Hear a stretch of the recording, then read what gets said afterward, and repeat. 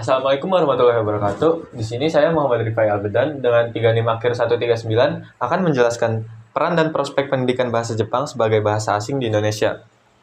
Jadi, pendidikan bahasa Jepang di Indonesia mengalami pertumbuhan yang signifikan dalam beberapa tahun terakhir. Banyak pelajar yang tertarik mempelajarinya, terutama karena adanya peluang kerja serta pengaruh ekonomi Jepang yang semakin kuat di Indonesia. Artikel ini akan mengulas sejarah perkembangan, peran, metode pengajaran, tantangan, serta prospek pendidikan bahasa Jepang di Indonesia. Yang pertama adalah latar belakang pendidikan bahasa Jepang di Indonesia. Sejarah perkembangannya, bahasa Jepang mulai diperkenalkan di Indonesia sejak awal abad ke-20. Kepopulerannya semakin meningkat seiring dengan eratnya hubungan ekonomi antar kedua negara. Faktor yang meningkatkan popularitasnya yaitu pengaruh budaya populer seperti anime, manga, dan industri hiburan Jepang menjadi favorit utama yang menarik minat masyarakat untuk mempelajari bahasa ini. Yang kedua ada peluang kerja. Banyak perusahaan Jepang yang beroperasi di Indonesia, sehingga kemampuan berbahasa Jepang menjadi nilai tambah bagi para pencari kerja. Yang kedua ada peran pendidikan bahasa Jepang. Peran yang pertama adalah mengembangkan kemampuan berkomunikasi. Pendidikan bahasa Jepang membantu siswa agar lebih fasih dalam berkomunikasi secara lisan maupun tulisan. Selanjutnya ada memahami budaya Jepang. Mempelajari bahasa Jepang juga berarti memahami nilai-nilai dan kebiasaan masyarakat Jepang. Selanjutnya ada membuka kesempatan kerja. Kemampuan berbahasa Jepang sangat dibutuhkan dalam berbagai sektor seperti bisnis, pariwisata, dan pendidikan.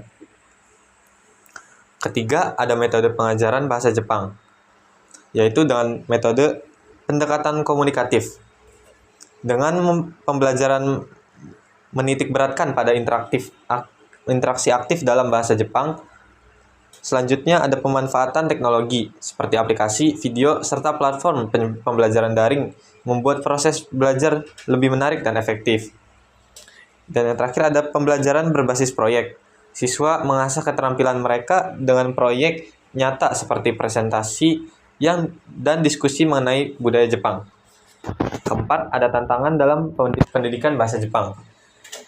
Tantangannya yang pertama itu ada keterbatasan sumber daya, masih kurangnya jumlah tenaga pekerja, serta fasilitas yang memadai, terutama di daerah tertentu. Ada juga persepsi masyarakat. Banyak orang lebih mengutamakan bahasa Inggris dibanding bahasa Jepang. Kualitas pengajarannya, tidak semua guru memiliki pelatihan yang cukup untuk memberikan pembelajaran yang efektif.